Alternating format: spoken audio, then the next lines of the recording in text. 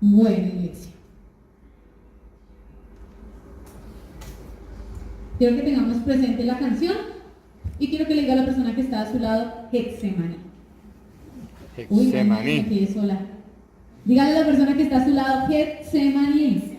Getsemaní. ¿Alguien sabe qué significa Getsemaní? ¿No? Bueno, hoy vamos a hablar acerca del Getsemaní, por eso la canción. El Getsemaní es un lugar en el que, donde Jesús oró antes de ser arrestado, ¿sí? Pero resulta que encontré un significado muy bonito acerca del Getsemaní. Imagínense que la palabra Getsemaní en el arameo significa gat, y gat significa prensa, ¿sí? Y semaní significa semané, que significa aceite o aceitunas. Entonces lo que significa Getsemaní es una prensa de aceite. ¿Alguien conoce una prensa de aceite? ¿No? Yo me puse en la tarea muy juiciosa de investigar qué era una prensa de aceite. Se los voy para que ustedes lo imaginen en su mente. Es como un individual, ¿todos saben qué es un individual? ¿Ustedes conocen un individual? ¿Sí? Entonces, un individual redondo, más o menos de este tamaño, y dentro trae como unos cuadritos, y sobre esos cuadros ponen las aceitunas, el fruto de las aceitunas, pero ya molido. Entonces ponen hartos individuales así uno encima del otro hasta que hacen algo así, ¿sí? Y la prensa es una máquina que va desde acá arriba hasta acá abajo y espicha esas cositas y sale una gotica de aceite. Y lo que está así es así de grande, aproximadamente. Hay de muchos tamaños, pero la que yo vi era como de este tamaño. Entonces están varios cositos ahí con sus aceitunas ya molidas y la prensa lo que hace es prensar. Entonces va bajando hasta que los individuales quedan como de este tamaño y por otro lado sale el aceite. Resulta que busqué la definición de aceite prensado y dice lo siguiente. Aceite prensado es aceite extra virgen que no se somete al calor. La mayoría de los aceites son sometidos al calor para agregarles sustancias, químicos y todo para que pueda ser consumido. Pero resulta que el aceite prensado es un aceite que no se somete al calor, sino que se somete al frío. Y debe estar por menos de 70 grados centígrados. ¿Sí? Empieza, ¿por qué? Porque cuando el aceite prensado es el aceite virgen. ¿A qué se refiere con esto? Que es la primera prensa, es el aceite virgen, debido al calor. Porque cuando el aceite se somete al calor, empieza a perder todas las propiedades. Entonces, ya empieza a perder todas las propiedades y mientras que cuando se somete al frío, el frío hace que el aceite se conserve virgen. Dice, se somete al frío para que se conserven las propiedades originales del fruto y de la semilla. Es el aceite de la primera extracción, o sea, aceite extra virgen. O sea, es lo puro de las aceitunas. Yo no sé si ustedes sabían que la palabra aceite se llama aceite porque viene de aceitunas. Si no lo sabe, yo lo descubrí hace poquito y usted también. Entonces, imagínense que hubo un hombre llamado Jesús, que estuvo en un lugar llamado Getsemaní. ¿Sí? Ya sabemos que ese lugar significa aceite prensado, o prensa de aceite, como lo quieran llamar. Y recuerden mucho esto, este aceite no puede ser prensado bajo el calor, sino bajo el frío. Yo quiero que usted piense por un momento en su vida cuántas cosas congeladas o frías hay en su vida. Solo piénselo y tenga calma. Vamos a ir por favor a Mateo 26:36.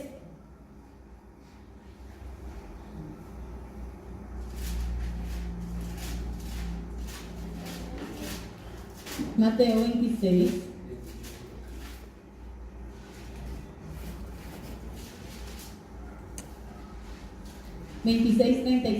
Acá dice Jesús ora en el Getsemaní. ¿Todos tenemos la misma versión? ¿Alguno tiene? Jesús ora solo, ¿sí? Jesús ora solo, listo.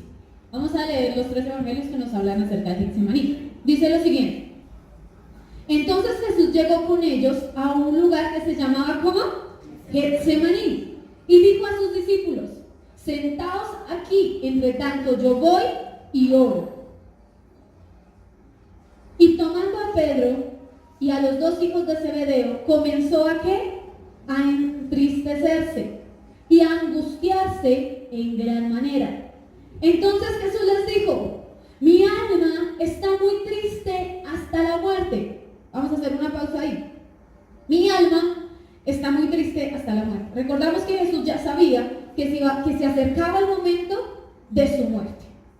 Entonces, que le digan a usted: se va a morir mañana a las 7 de la mañana, ¿usted cómo estaría hoy? ¿Feliz de la vida? ¿Cierto que no? ¿Usted estaría asustado? ¿Tendría miedo? ¿Estaría angustiado, desesperado? Estaría mal, porque le están diciendo ya mañana se muere. Pero usted así sanito, porque ya las personas que de pronto tienen alguna enfermedad o algo, es un caso diferente. Pero que usted está así bien, uniéndonos en los pies de Jesús, bien, sano, sin ninguna enfermedad, y le digan: mañana usted muere. Y Jesús murió de la peor manera a vida. Y por haber. Entonces, Jesús estaba muy triste y les dice a los discípulos: yo voy a subir. El Getsemaní quedaba en el monte de los olivos. Yo voy a subir a Getsemaní, en la parte más alta del monte de los olivos, a orar. Mientras tanto, quédense ustedes acá orando. Y él empezó a decirle a Pedro y a los dos hermanos de Zebedeo: oiga, yo me siento muy triste. ¿Usted cuántas veces no le ha dicho a las personas que están a su alrededor: yo me siento muy triste, yo me siento muy mal? Pero imagínense que Jesús decía: mi alma está muy triste hasta la muerte. Y quiero leerles la definición de agonía: dolor y sufrimiento previo a la muerte. O sea que lo que Jesús estaba sintiendo era agonía. Jesús estaba en un momento de agonía. Síntomas de la agonía: dolor insoportable y sensación de ahogo. ¿Cuántas veces usted ha llorado con esta sensación de ahogo, con esta sensación de dolor? Yo creo que todos en algún momento de nuestras vidas hemos llorado de esa manera. Entonces Jesús estaba tan mal, que estaba sintiendo agonía.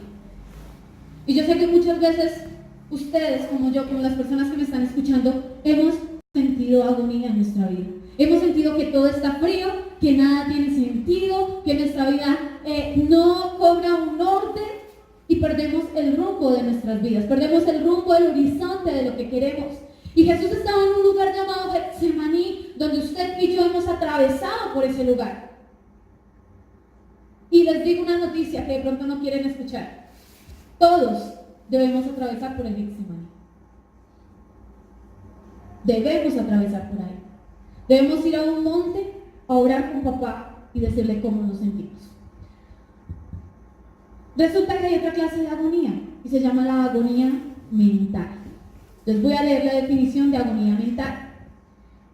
Es el deterioro cognitivo y la pérdida de la conciencia antes de la muerte. Es un mecanismo de defensa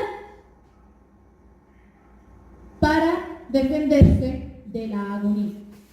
Entonces, es un deterioro cognitivo. Dice acá: y pérdida de la conciencia. Cuando nosotros entramos en ese Getsemaní, pongo a Jesús como primer ejemplo porque Él es el único que puede entendernos. ¿Y sabe por qué? Porque Él ya estuvo en el Getsemaní. Nosotros los vamos a pasar con la ayuda de Él. Entonces, es el deterioro cognitivo y la pérdida de la conciencia. Cuando tú y yo pasamos por el Getsemaní, lo primero que se ha afectado en nuestra vida es nuestra mente. O sea, la parte cognitiva y mental de nosotros. Entonces, cuando entramos en este momento, dice: perdemos la conciencia, no sabemos lo que Dios quiere para nosotros y cognitivamente no logramos entender qué es lo que pasa. ¿Usted sí se ha preguntado en su vida: ¿pero qué es lo que pasa? ¿O solamente yo? ¿Usted sí se ha preguntado en su vida: pero ¿por qué me pasa esto? ¿Por qué pasa aquello? ¿Qué es lo que pasa? No encuentro una razón. ¿Sabe? Jesús murió por personas, por toda la humanidad, sabiendo que muchas de las personas por las cuales murió nunca lo van a aceptar. Porque si no, no habría personas en el infierno. Y Él murió por todos ellos, sabiendo que ellos no lo iban a aceptar. Y sabe, cuando usted y yo entramos en ese momento de agonía, cuando entramos en ese momento en donde no entendemos nada, en donde nuestra mente empieza a agonizar, porque eso es un momento previo a la muerte. sabe que usted y yo necesitamos morir. Y morir a muchas cosas. Morir a nuestro yo, morir a nuestros pensamientos, morir a lo que nosotros queremos, morir a lo que nosotros creemos que está bien. Debemos morir a tratar de torcerle el brazo a Dios y que Dios debe hacer lo que yo le diga.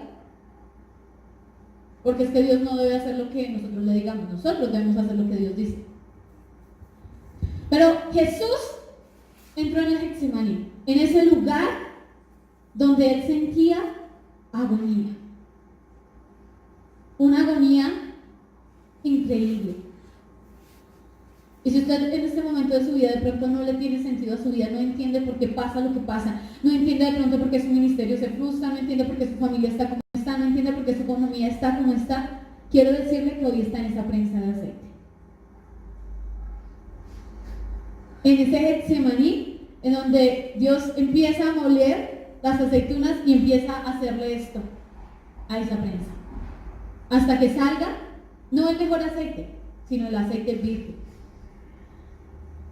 El que no tiene ninguna adición, el que no tiene ninguna contaminación, sino el aceite que es extra virgen.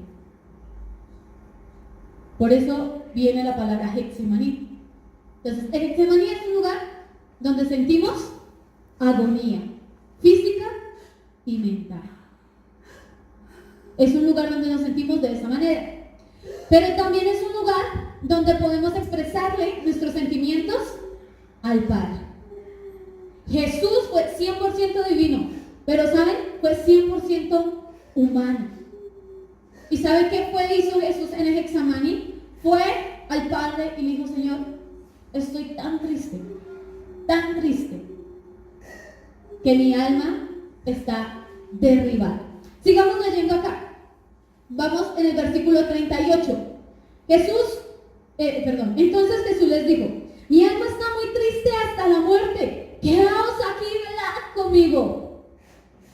¿Cuántos le hemos dicho a otros: oren por mí, ayúdenme en esta situación? Vamos a ver qué pasa. Sigamos leyendo. Yendo un poco adelante, o sea, no muy lejos, se postró, mire lo que debemos hacer, sobre su rostro, orando y diciendo: Padre mío, si es posible, pasa de mí esta copa.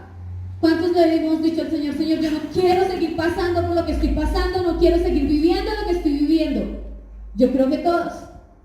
Pero miren la oración de Jesús: pero no sea como yo quiero, sino como tú. ¿Y saben qué es lo que pasa? Que nosotros queremos hacer lo que nosotros queremos. Usted, si le diera a elegir entre seguir viviendo y morir, ¿usted qué elegiría? Seguir viviendo. Yo elijo seguir viviendo porque no quiero pensar en el momento de irnos. Aunque Pablo decía: el morir es ganancia. Pero llegar al nivel de Pablo aún nos falta, ¿cierto? Pero si ustedes le dijeran: escojan entre vivir o morir, ¿usted qué decide? Vivir. Yo creo que todos queremos seguir viviendo hasta donde Dios nos lo permita. Pero resulta que a Jesús no le dieron esa opción y Jesús quería seguir viviendo. ¿Y saben qué le dijo el Padre? Mi voluntad es que mueras por la humanidad, aunque te estés amañando en este mundo, porque él era humano. Imagínense en el miedo y el temor que Jesús podía llegar a sentir. El 40. Vino luego a sus discípulos y los halló durmiendo, y dijo a Pedro: ¿así que no habéis podido velar conmigo una hora? Ni siquiera era una velada, era una hora. No les pidió más, sino una hora. Resulta que el Getsemaní es donde podemos expresarle los sentimientos al Padre. Jesús no fue hipócrita delante del Padre. Jesús le dijo: me siento así, y estoy en agonía, y mi alma está triste. Y cuando nosotros estemos en ese lugar, debemos ir con Dios delante de Él sincera, o sea, sin máscara. Lo que somos, Señor, y Él lo conoce, pero Él quiere que lo expresemos. Pero también es un lugar donde nos quedamos solos, nos quedamos sin apoyo. Jesús, ¿qué dijo? Le dijo a los discípulos, yo voy a subir a hablar con el Padre porque me siento muy triste. Pero ustedes quédense aquí, por favor, y oren, velen mientras yo va. Y en ese transcurso Jesús se demoró 1 hora. Y cuando llegó, ¿estaban como? Durmiendo. Pero estaban súper cansados de tanto trabajar, me imagino yo. Súper cansados. Y Jesús les dice, no han podido orar ni siquiera 1 hora. ¿Sabe? Cuando usted está en el Getsemaní, en el momento de la agonía, en el momento del dolor, en el momento en donde no entiende qué está pasando con su vida, usted se queda sin piso, se queda solo. Y los que creen que lo pueden apoyar, resulta que no lo apoyan. ¿Y sabe por qué? Porque Dios lo necesita a usted así. Dice acá, es un lugar donde nos quedamos sin apoyo y sin piso, donde con los que contamos no están, nos dejan solos, sin apoyo. Jesús se sintió tan triste al saber que no contaba con sus discípulos. Imagínense a Jesús, día y noche con sus discípulos, 3 años de ministerio, los evangelizó, los ministró, los ayudó, les enseñaba, les explicaba con parábolas y hacía dibujitos en la arena y les dice, en este momento los necesito. Y los necesito tanto que por favor oren por mí. Y él, listo Jesús, aquí estamos para orar por usted, para apoyarlo en oración. Y Jesús se subió creyendo en sus discípulos. Pero resulta que mientras Jesús se dio la vuelta, ellos se arroncharon y se durmieron. Y resulta que en esos momentos es cuando más solo te vas a encontrar. Porque tú necesitas estar sincero delante de Dios. ¿Cuántos nos hemos dado cuenta que realmente estamos solos? Uno dice, bueno, tengo mi familia, tengo a esto, tengo esto. Pero cuando usted se da cuenta que realmente está solo, la vaina es a otro precio. ¿Cierto? ¿Y sabe cómo estaba Jesús teniendo a millones de personas seguidoras y a sus 12 discípulos, a su familia, a su papá, a su mamá? ¿Sabe cómo estaba Jesús? Solo. Acá nos relata que su papá la cogió de un lado y que José la cogió de un lado y María del otro, le dijeron, hijo, vamos a ir adelante, vamos a hacer. Ahí no sale registrado por ninguna parte. Ahí no sale Pedro diciéndole, maestro, tú puedes. No, al contrario, le dijo, maestro, ¿para qué se va a matar por toda esta gente? Y sabes, usted va a quedar muchas veces solo en su vida. Hay un dicho que dice por ahí que nacemos solos, morimos solos. Pero gracias a Dios tenemos la oportunidad de estar con muchas personas que nos aman, que nosotros amamos. Pero sabe, hay momentos especiales de la vida en que Jesús te necesita solo. En que no necesita que alguien llegue y te dé, sino que tú te des cuenta que es la mano de Dios la que te da, la que te provee. Hay momentos en los que no te tenga el celular ni para decirte, no sé, claro, te invita a que te unas. Ni siquiera para eso timbra el celular. ¿Sabes por qué? Porque Dios te necesita solo o sola. Pero uno de los primeros temores que tiene el ser humano es el temor a la soledad. Y ese temor lo sentimos todos en algún momento de nuestra vida. Que llega acá, no, yo nunca me he sentido solo. Mentiroso. Dios nos necesita solos. Y Jesús estuvo solo en el Getsemaní, donde el Padre estaba prensando ese aceite. Imagínense en esa imagen de una cosa así, gruesa, que tiene que quedar así. Y realmente no importa cómo quede, lo que importa es lo que sale de esa prensa. Sigamos leyendo. Entonces, 40. Vino luego a sus discípulos y los halló durmiendo, y dijo a Pedro, ¿así que no habéis podido velar conmigo 1 hora? Les dio otra oportunidad. Velar y orar para que no entréis en tentación. El espíritu, la verdad, está dispuesto, pero la carne es ¿qué? ¿La carne es qué? ¿La carne es qué? ¿Qué debemos hacer? Orar. Porque es que nuestra carne es débil, iglesia. Esta lucha que tenemos no es fácil. Todos los días, eso es una lucha constante en la mente, en el alma, en los sentimientos, en las emociones. Pero nuestro espíritu, vamos, sí se puede, vamos, sí se puede. No, pero es que no se puede porque yo estoy viendo otra cosa. Esta canción me ha hablado mucho en mi vida porque hay momentos en que nuestra fe se vuelve solo duda. Y la canción habla de que no queremos olvidar los milagros que Dios ha hecho. Y tú no debes olvidar los milagros que Dios ha hecho. Porque si tú olvidas lo que Dios ha hecho, te gana la duda. Y la fe va de para abajo, de para abajo y de para abajo. Dice acá, otra vez se fue y oró por segunda vez, diciendo, Padre mío, si no puede pasar de mí esta copa sin que yo la beba, hágase tu voluntad. ¿Hágase qué? Tu voluntad. En la situación que usted está pasando, usted dirá, Señor, yo necesito esto, necesito aquello, necesito lo uno, necesito lo otro. Pero no se trata de lo que tú necesites, se trata de cuál es la voluntad de Dios. Porque a veces nosotros queremos muchas cosas, pero esas cosas que queremos no son la voluntad de Dios. Señor, yo quiero un empleo. Esa es la voluntad de Dios. Señor, yo me quiero ir para París. Esa es la voluntad de Dios. Señor, es que me pasa esto y voy a renunciar a todo. Esa es la voluntad de Dios. Señor, es que me voy a suicidar, a matar. Esa es la voluntad de Dios. Y tú que conoces la palabra de Dios, que sabes la palabra de Dios, debemos procurar hacer su voluntad. Con nuestros errores, con nuestras fallas, pero lo que debemos procurar es hacer su voluntad y no la nuestra. Pero resulta que nuestras oraciones no son así. Nuestras oraciones no es, Señor, yo estoy tan triste, pero listo, no importa. Que se haga tu voluntad y no la mía. ¿Usted no ha hablado así? Yo no. Muy raro cuando estoy de muy bien. Pero cuando estoy desesperada, Señor, pero mira qué pasa, ayúdame, abre una puerta, mira aquí, mira allá, pasa esto, pasa lo otro. ¿Qué es lo que? Hasta enojados con Dios nos ponemos. ¿Por qué se tuvo que morir este? ¿Por qué tuvo que pasar esto? ¿Por qué tuvo que pasar aquello? ¿Me dejaron sola? ¿Estoy sola? ¿Para qué vienes? Hoy me preguntaron los niños y yo no sabía qué responderles. Me dijeron, profe, ¿para qué vivimos si sabemos que nos vamos a morir? Y yo quedé como, ¿qué le contesto? Para disfrutar la vida con Cristo.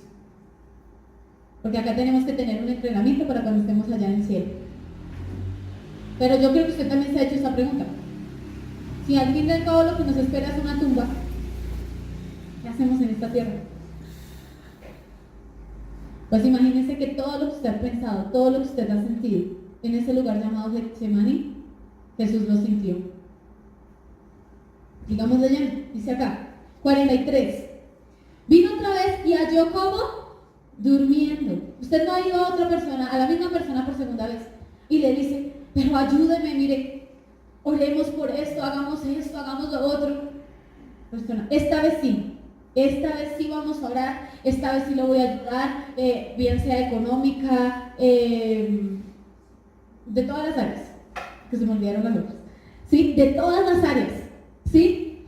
Y resulta que pasó lo siguiente, vino otra vez, el 43, vino otra vez y los halló como durmiendo, porque los ojos estaban cargados de sueño. Si alguna vez ha tenido sueño, espero que no sea esta vez, si no sea otra vez, que usted ha sentido esa sensación de que todos no pueden estar abiertos, de que como que se les cierran y uno, tengo que abrirlos, ¿sí ha sentido esa sensación? Pues resulta que así estaban los discípulos. Jesús, por favor, ya se acerca el día y ya se acerca la hora de mi muerte. Estoy triste y necesito que oren por mí. ¿Cuántas personas le han dicho a usted que ore por ellos? Y uno, sí, yo voy a orar por usted. A mí a veces se me pasa. Yo creo que usted de pronto también. Claro, uno ora por muchas cosas, pero de pronto habrá una, dos personas que se le escapan a uno y resulta que esa persona contaba con nuestra oración. ¿Y sabe qué pasó con los discípulos? Estaban pero súper cansados de tanto trabajar. Descansaron una hora, Jesús volvió y subió, les dice, bueno, ya descansaron una hora, esta vez sí oren, y resulta que esta vez estaban más cansados que la primera, porque esta vez se les cerraban los ojos del cansancio. Sigamos leyendo. Y dejándolos, o sea, esta vez ya ni les dijo nada. Se fue de nuevo y oró por tercera vez. ¿Cuántas veces ha orado? 3. Diciendo las mismas palabras. Entonces vino a sus discípulos Y les dijo, imagínense en este humor de Jesús, miren lo que les dijo. Dormid ya y descansar. Ellos ya habían descansado y ya habían dormido, ¿o no? Jesús les dice la primera vez que oren y ellos se quedaron dormidos. La segunda vez trataban de abrirle los ojos a Jesús, pero los ojos se les cerraban del cansancio. Y en la tercera vez les dice, ¿saben qué? Duerman, descansen. He aquí ha llegado la hora y el Hijo del Hombre es entregado en manos de pecadores. Levantaos, vamos, ved que se acerca el que me entrega. Entonces, hemos visto que Getsemaní es un lugar de agonía mental y física.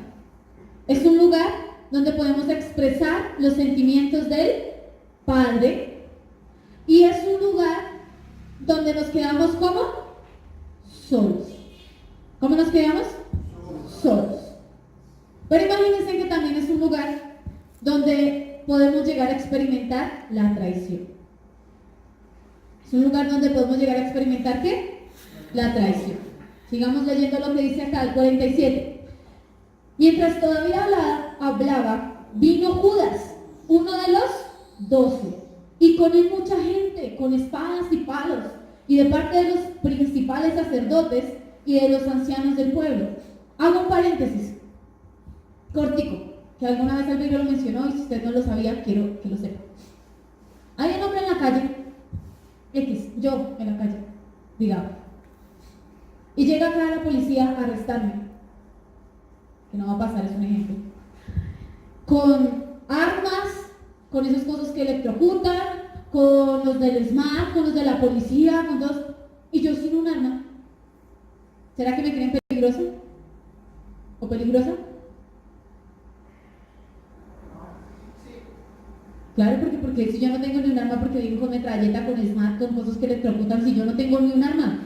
Pues imagínense que Jesús estaba con sus discípulos y les dice, ¿saben qué? Ya duerman, descansen, ya se acerca la hora, ya viene el día, ya vienen por mí y me van a arrestar. Y dice acá que llegaron con ¿qué? Con espadas, con palos. Imagínense esa escena. Y Jesús ahí con sus discípulos tranquilo. Y llevan los otros allá armados, hasta los ancianos.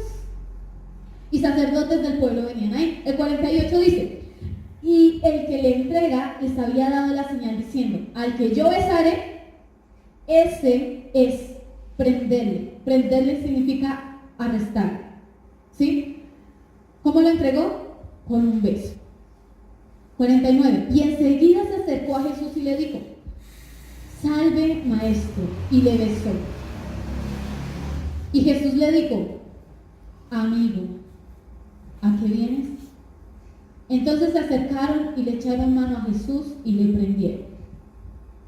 Resulta que en el Getsemaní usted también va a recibir algo llamado traición. ¿Y sabe quién no va a traicionar? Sus amigos. Las personas en las que usted más cree, en las que usted más confía, esas personas, si no tienen a Cristo en su corazón y así lo tengan, pueden llegar a fallar y pueden llegar a traicionar. Resulta que Judas se mostró como un amigo ante Jesús. Y Jesús siempre lo vio como su amigo. Pero la amistad que Judas le daba a Jesús era una amistad falsa que se vendió por 30 monedas.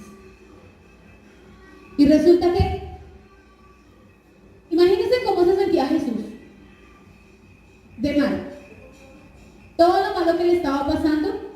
Y por último, al que a él amaba como su amigo, lo traiciona. Y lo entrega con un beso en la mejilla. ¿A usted en una situación difícil si le han dado la estocada final? ¿No? Que uno dice lo siguiente, bueno, me está pasando esto, pero esto tiene solución.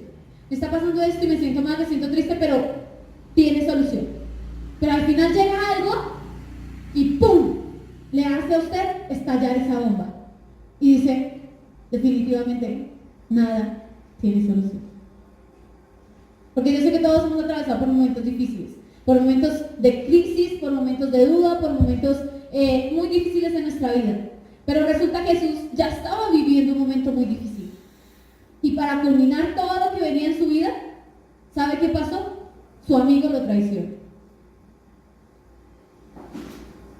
Usted sí ha pasado por ese momento en que dice, esto está mal, esto está mal, esto está mal, pero llega algo y empeora todo. A eso se llama estocada final. Sigamos leyendo. Vamos en el 51. Pero uno de los que estaban con Jesús extendió la mano, sacó su espada e hiriendo a un siervo del sumo sacerdote, le quitó la oreja. ¿Ustedes saben quién fue ese hombre que le quitó la oreja a un soldado? Pedro, imagínense en ese Pedro. Pues imagínense que Pedro quiso hacer su propia voluntad, pero como Jesús ya había orado al Padre y le había dicho, Señor, que no se haga mi voluntad sino la tuya, entonces ¿sabe qué hizo Jesús? Sigamos leyendo. Entonces Jesús le dijo, vuelve tu espada a su lugar, porque todos los que tomen la espada a espada perecerán. ¿Acaso piensas que no puedo ahora orar a mi Padre y que Él no me dará más de 12 legiones de ángeles? Pero como entonces se cumplirán las escrituras de que es necesario que así se haga. El 55. En aquella hora Jesús dijo a la gente, como ladrón habéis salido con espadas y con palos a prenderme. Cada día me sentaba con vosotros enseñándoles en el templo y no me prendisteis. Pues resulta que Jesús, vamos a verlo más adelante en otra versión, ¿sabe qué hizo? Le coge la oreja al soldado y se la pone. Y hace un milagro. Imagínense, Jesús era hasta chistoso, ¿no? O sea, llega Pedro y coge y ¡pum! Ustedes no lo van a arrestar, no se van a llevar a mi maestro. Y Jesús le dice, ¿qué es lo que le está pasando a usted? ¿Acaso yo no puedo orar al Padre para que vengan 12 legiones de ángeles y nos defiendan? Pero es que no es mi voluntad la que yo estoy haciendo, es la voluntad del Padre. Así que cogió la oreja y se la puso. Y Jesús miró a su alrededor, imagínense en esta escena, Jesús mira a su alrededor y les dice, como ladrón, ¿me habéis salido con espadas y con palos a prenderme? Cada día me sentaba con vosotros enseñándoles en el templo y ahora me prendéis. Imagínense en todo el tiempo que Jesús gastó. ¿Usted ha invertido tiempo en personas? ¿Ha invertido su vida en cosas, en sueños, en sus hijos, en su familia, en su esposo? Y resulta que todo eso se desborona frente a usted. Y Jesús les dice, yo me sentaba con ustedes a comer. Y ustedes ahora vienen a arrestarme. ¿Ustedes creen que Jesús acá estaba hablando como Dios o como ser humano? ¿Sabe? Jesús fue 100% humano y le habló al Padre como un humano y le dijo si le decía a la gente hipócrita. Y Jesús se para acá y le dice a todos, yo me sentaba con ustedes. ¿Sabe? Jesús dio todo por personas que nunca valoraron su esfuerzo ni su sacrificio. Y hoy les tengo una noticia. Va a haber momentos en que usted va a dar todo por personas que nunca van a valorar su esfuerzo. Eso lo vivió Jesús y lo podemos vivir nosotros. Vamos a ir por favor a Marcos 14:36.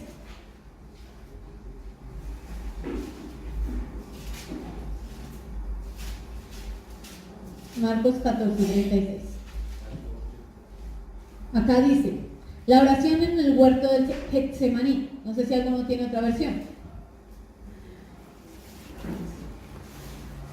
Marcos 14:32. 14:36. Bueno, desde 32, por favor.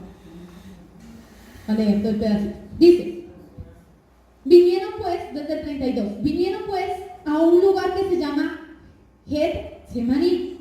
¿Cómo se llamaba el lugar? ¿Qué significa qué? ¿Qué significa qué? Prensa de aceite. Y dijo a sus discípulos, sentaos aquí entre tanto yo oro. Y tomó consigo a Pedro, a Jacob y a Juan. Y comenzó a ¿qué? A entristecerse y a ¿qué? angustiarse. ¿Usted sí se ha dado cuenta que primero uno empieza a ponerse triste y después se angustia? Jesús vivió eso. Dice acá, y les dijo, mi alma está muy triste hasta la muerte. Ya sabemos que ese pedazo significa ¿qué? Agonía. Quedaos aquí y velad. Yéndose un poco adelante, se postró en tierra y oró que si fuese posible pasase de él aquella hora. ¿Cuántos le hemos dicho al Señor, si es posible, Señor, por favor, si es posible, ábreme una puerta de empleo, Señor?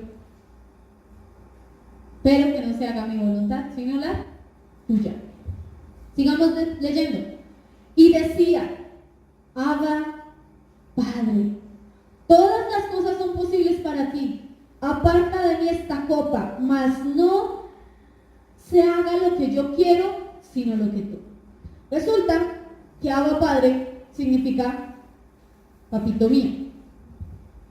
Pero la palabra ab, o sea, A, B, viene del vocablo en arameo que significa padre de mi fuente. ¿Sí? Y en el hebreo significa fuente contable de vida. O sea que Jesús le estaba hablando al Padre y le decía, Padre de mi fuente, Padre de mi vida, si es posible que yo no viva esto. ¿Cuántos hemos ido al Padre diciéndole, Señor, de verdad yo no quiero pasar más por esto?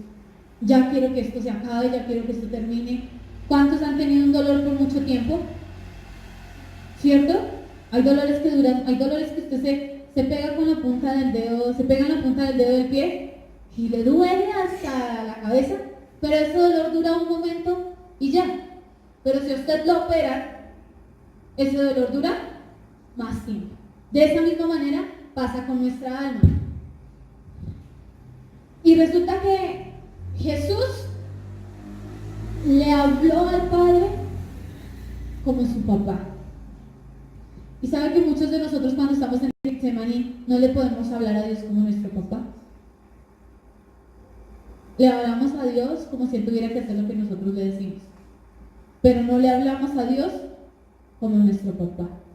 Y Jesús es nuestro ejemplo. Él le habló a su Padre como un padre, como un hijo hacia su Padre. Sigamos leyendo, dice el 37. Vino luego y los halló ¿qué? Durmiendo. Y dijo a Pedro, Simón, ¿duermes? ¿No has podido velar una hora? Velad y orad para que no entréis en ¿qué? En tentación. El espíritu a la verdad está dispuesto, pero la carne es ¿qué? Débil. 39. Otra vez fue y oró diciendo las mismas palabras. Al volver otra vez los halló como durmiendo, porque los ojos de ellos estaban como cargados de sueño y no sabían qué responderle.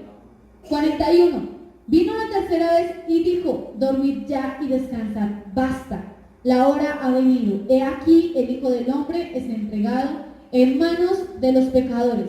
Levantaos, vamos, he aquí se acerca el día de la entrega. ¿A qué voy con esto? Vamos a leer las tres partes en que es mencionada, en que es mencionado el Getsemaní en los evangelios.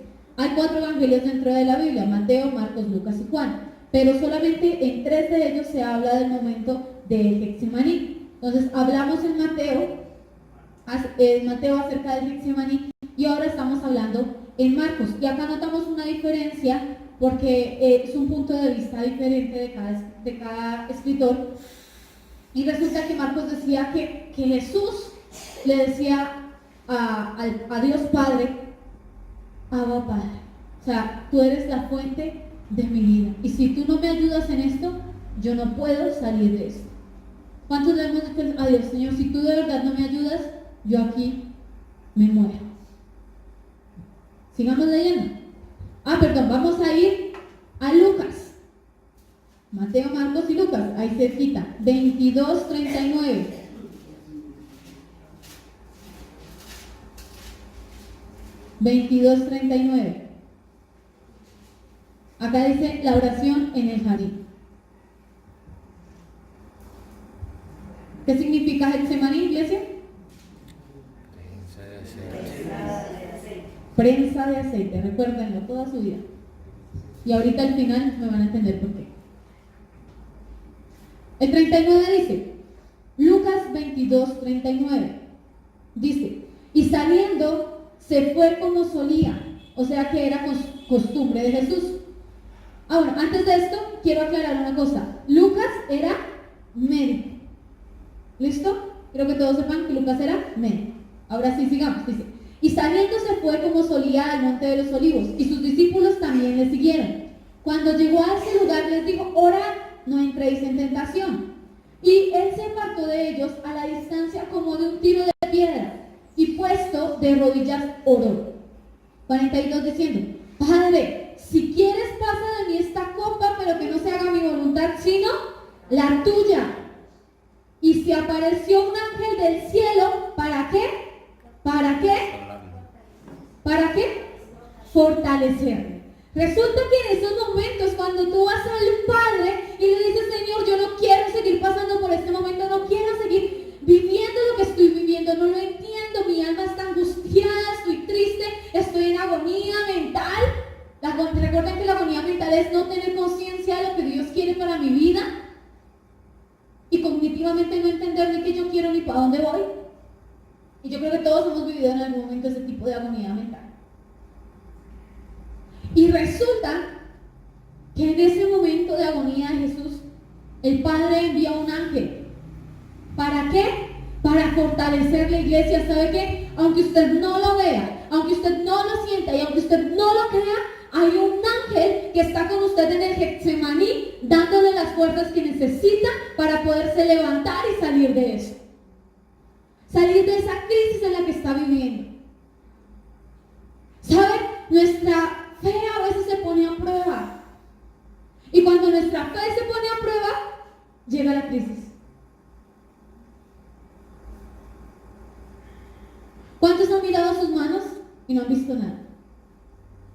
¿Cuántos han metido las manos al bolsillo y se le va la mano del arca? ¿Cuántos de pronto han trabajado en la obra, han visto muchas cosas, pero sus ojos realmente no ven nada? ¿Sabes? Yo llevo 9 años sirviendo en la casa de Dios y aún no he visto lo que Dios me ha prometido. ¿Y usted no cree que no entre en crisis? ¿Y hasta cuándo, Señor? Pero resulta que no es mi voluntad, sino la del Padre. Sigamos leyendo. Y estando en que, acá ya Jesús, Lucas es más explícito, y estando en que, ¿y sabe por qué sabe por qué Lucas podía darle este término? Porque él era médico. Entonces, él sí sabía lo que significaba la palabra agonía. Dice acá, y estando en agonía, oraba más intensamente, iglesia. Lo que tenemos que hacer es orar, ¿qué? Más intensamente. La situación por la cual usted está atravesando tiene que orar más intensamente. Pero usted no puede orar un día y si no ve resultados, no se puede dar por vencido. ¿Sabe? Hay cosas por las que yo he orado 9 años y aún todavía no estoy, no sé por cuántos años más me toque orar. Pero debo seguir insistiendo, debo seguir persistiendo y seguir orando intensamente. Piense usted, ¿hace cuánto está orando por cosas que aún no se le han dado? Hace mucho tiempo de pronto. Quizás solamente hace un mes, no hace años. Pero sabe, usted debe seguir insistiendo. Y ahí en ese Getsemaní va a estar Dios Dios Padre enviándole un ángel para fortalecerle y sacarle de eso. Y dice acá, estando en agonía, oraba más intensamente. Y era su sudor como grandes gotas de sangre que caían hasta la tierra. Resulta que, como ya sabemos, Lucas era ¿qué? Médico. Y médicamente, el sudor de sangre es una enfermedad llamada hematohidrosis, que la sufre de 1000 una. Entonces su sudor literalmente es sangre. Y eso normalmente pasa cuando la persona ha estado en un nivel de estrés muy, muy, muy alto. Entonces, ¿qué pasa? Sus poros, todos los poros de su piel se revientan y se combinan con el sudor. Y pues suda la persona agua con sangre. Resulta que aunque no veamos, el Padre siempre está ahí. Y quiero leerles esto. Podemos estar seguros de que Dios nos ama, de que todo lo puede y de que tiene cuidado de nosotros. ¿Ustedes creen que Dios cuida de nosotros? Todos lo creemos. Ahora necesitamos vivirlo. Porque yo sé que Dios cuida de mí, pero cuando no tengo para comer, ¿yo qué pienso de Dios? ¿Será que Él sí está cuidando de mí o no? Resulta que Él está ahí enviando un ángel para que te fortalezca. El Getsemaní es un lugar de oración donde nuestras lágrimas son el aceite extra virgen. Ojo con lo que voy a decir y quiero que me presten mucha atención. Jesús estaba en un nivel de estrés súper alto, por lo que les digo. Él sabía que iba a morir, que lo había acabado de entregar su amigo y que todas las personas a las cuales él le había servido estaban con palos y con piedras a punto de matarlo, de crucificarlo y en la manera en que iba a morir. Llegó a un nivel tan alto que su sudor fue como gotas de sangre. Y les voy a leer lo siguiente: la composición de las lágrimas. Quiero que me presten mucha atención y que no me pierdan el hilo acá. Entonces, la composición de una lágrima, bueno, quiero que entendamos que hay 3 tipos de lágrimas. ¿Usted se ha llorado cuando raya una cebolla? ¿Sí? Todos hemos llorado rayando una cebolla. Julie hoy estaba rayando la cebolla y ella estaba llorando porque la cebolla estaba demasiado fuerte. Y yo me le burlé y resulta que ella puso a cocinar el guiso y salió ese olor a cebolla. Y ya la que lloraba no era Julie, sino era yo. ¿Sí? Entonces, yo creo que todos hemos llorado de esa manera. También hemos llorado porque nos hemos golpeado, es otra manera. Pero también hemos llorado o de felicidad o de dolor. ¿Cierto? Entonces, una lágrima normal, o sea, la de la cebolla o la de felicidad o la de porque nos golpeamos, tiene la siguiente composición. Tiene, bueno, aparte de tener sodio, potasio, glucosa, lisocima y otra cantidad de componentes, tiene un 5% de moco, un 90% de agua y un 5% de grasa. ¿Sí? Entonces, el agua que la lágrima contiene viene de una glándula que se llama la glándula lagrimal. Esa glándula está situada en la parte de acá arriba de todos nosotros. Y la grasa viene de una glándula llamada meibomio, que viene de la parte de acá abajo, o sea, del párpado. ¿Sí?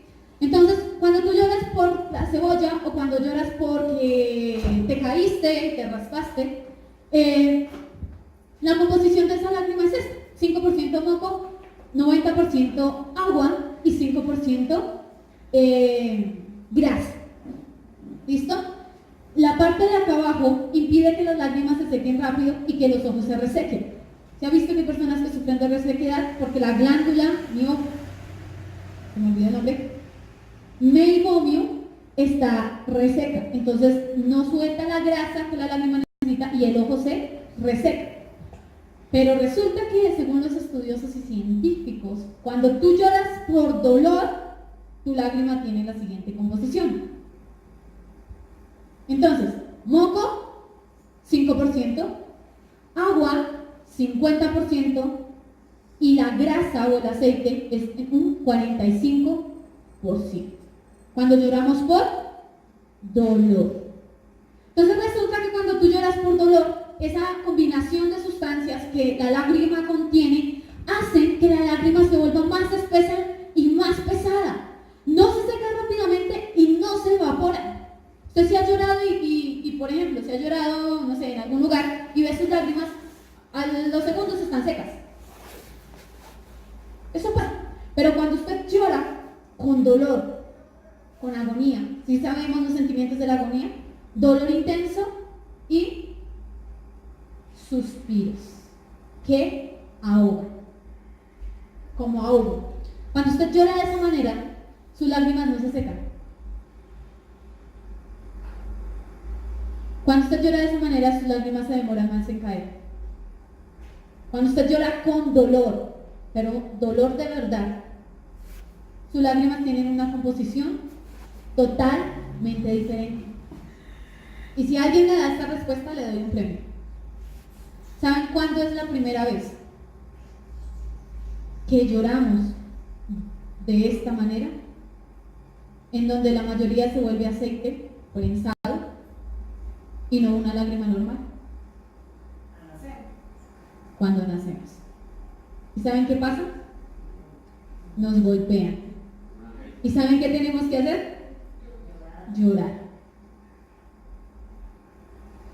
Y la primera lágrima que cae del bebé es una lágrima extra virgen. Definición de aceite prensado y definición de Getsemaní. Así que Dios quiere que tú des ese aceite virgen. Y sabemos que lo virgen es algo que no está contaminado, que no está dañado. Y Dios quiere que tú le des a Él ese aceite. Imagínate al bebé. ¿Sabes qué nos toca hacer? Volvernos como niños. Delante de la presencia de Dios. Y decirle, Señor, mira, me está pasando esto, esto y esto y esto. Pero yo necesito que envíes un ángel y que me fortalezcas. Porque ya no quiero hacer más mi voluntad. Por hacer mi voluntad, estoy donde estoy. Y ya no quiero hacer más mi voluntad, sino quiero hacer tu voluntad. Y le digo algo, sea lo que sea que usted esté viviendo, no es nada comparado con lo que Jesús vivió. Así que si Jesús salió de esa, nosotros también salimos de esta. De la que sea que estemos pasando. Y usted puede llorar de dolor. Puede hacer que, ¿sabe qué? Esa prensa es su corazón. Y el aceite son sus lágrimas. Entonces cada vez que su corazón es prensado, usted llora de dolor. Pero lo que sale de usted es un aceite virgen. Es el mejor aceite. No cualquier aceite. ¿Sabe por qué el aceite de los olivos es el mejor aceite? Porque el fruto de las aceitunas era el que se encontraba en el monte de los olivos. Entonces, ¿qué pasaba? En el monte de los olivos habían árboles. Y esos árboles daban olivos, daban frutas, daban frutos. Por eso, si usted pregunta por un aceite de oliva, uno pequeñito es carísimo. Porque es el mejor aceite. ¿Sabe por qué es el mejor? Porque es un aceite virgen. Y Jesús iba al monte de los olivos a orar. Si usted compra un aceite normal, ese aceite vale, no importa, pero si compra un aceite de olivo, de que es puro, un poquitico así, es muy costoso. Porque es un aceite virgen, o sea, sin componentes. Solamente lo exprimieron y lo que salió, ese es el aceite. Así que yo le invito esta noche a que usted entienda que Dios quiere lo mejor de usted. Que Dios cuida de usted, iglesia. Que Dios lo ama a usted. Pero que también lo necesita solo. Pero que también necesita usted pasar por ese Getsemaní. ¿Saben por qué? Porque después de todo eso tan feo que tuvo que pasar Jesús, usted y yo tenemos la oportunidad de estar acá. Y después de todo eso feo que usted esté pasando en su vida, luego va a decir, tenía que haber pasado esto para tener esto. ¿Qué pasa con las personas de Venezuela? Muchos dicen, teníamos comida por montón y la botábamos en la calle, la desperdiciábamos en la calle y ahorita no la tienen, su Getsemaní. Pero ¿sabe qué aprendieron? A no botarla. Y muchas veces nosotros hacemos nuestra voluntad, Dios, y no la voluntad del Padre. Y por más mal que usted se sienta, por más triste que usted se sienta, por más perdido que usted se sienta, dígale a Dios, Señor, que se haga tu voluntad y no la mía. Porque mi voluntad, que a usted le pega su voluntad que quiere hacer. Lo voy a ver el golpe. Pero ¿sabe qué dice la voluntad de Dios? Ponga la otra mejilla. Y hacer la voluntad del Padre no es fácil. Así que no dudemos más de las promesas de Dios. No dudemos más de lo que Él ha dicho. Así que usted tenga que quedarse o durar 40 años, como el pueblo de Egipto, dando vueltas en el desierto, lo que Dios prometió sobre su vida se cumple. Pero recuerde que vamos a pasar por momentos difíciles. Y si usted se ha quedado solo, dele gracias a Dios, no se queje. ¿Sabe? Dios no quiere que usted se queje más. Dios quiere que usted le dé gracias. Y en el momento en que usted aprenda a dar gracias, Dios va a empezar a soltar sus bendiciones. Antes las va a detener. Pues hasta que aprendamos a ser agradecidos cuando no tenemos, Dios nos va a dar más. ¿Sabe qué decía Pablo? Y yo lo admiro, es uno de los hombres que más admiro yo. Señor, yo te soy fiel en lo mucho y en lo poco. ¿Y sabe qué? Pablo fue probado en todos los sentidos de su vida. Y nunca vio a Jesús. Antes perseguía a los cristianos. Así que confiemos en Dios, iglesia. Y si usted está pasando por ese momento de Getsemaní, está pasando por ese momento en donde su corazón está siendo oprimido, donde su corazón está siendo prensado, dele gracias a Dios. Pero sabe que sea sincera y sincero como lo hizo Jesús. Señor, me siento triste, me siento así, estoy pasando por este momento. Y debemos reconocer lo que estamos viviendo y lo que estamos pasando. Porque ¿saben cuál es nuestro primer síntoma? La negación. Y para todas las enfermedades mentales, físicas y de todo, el primer síntoma es la negación. Entonces, muchos de ustedes estarán diciendo allá, a mí no me pasa nada. Pues les cuento que están en el primer síntoma que se llama la negación. Y están a punto de entrar al Getsemaní. Y debemos orar, iglesia. ¿Sabe qué hacía Jesús para poder? ¿Sabe qué hizo Jesús para poder ir a la cruz? Y mirarnos a todos y decir, Señor, perdónalos porque no saben lo que hacen. ¿Sabe qué tuvo que hacer Jesús? Orar. Y no oró una vez, no oró 2 veces, oró 3. Y en esta parte del Evangelio en Lucas nos dice que él lo tenía de costumbre. O sea que no sabemos realmente cuántas veces iba a orar allá. Iba a orar al Padre, iba a orar al Padre, iba a orar al Padre. Y usted y yo lo que debemos es hacer, orar al Padre, constantemente, sin rendirnos. Cada vez que yo estoy a punto de rendirme, me acuerdo de esa imagen. ¿Qué tal sea el último golpe de Daisy? Usted y yo pensemos de esa manera. Si yo me rindo, ¿qué tal me falta el último golpe de Daisy? Y llegue otro y se lo dé y se lleve todo por delante. Usted y yo necesitamos esforzarnos. Dígale a la persona que está al lado, esfuérzate. No, pero parece que le hubieran dicho desanima. Dígale, esfuérzate. Eso, que sea notoria la fuerza. Iglesia, necesitamos levantarnos en victoria. Dios está con nosotros porque Él nos ama, Él nos cuida. Y no importa por el momento que estemos pasando, si usted ha tenido agonía, se ha sentido triste, ¿sabe? Hubo un hombre que realmente sí tenía razones para sentirse como se sentía. Y se llamó Jesús. Así que lo que usted está pasando no lo mata, lo hace más fuerte. Nos vamos a poner sobre nuestros pies, por favor, y vamos a orar.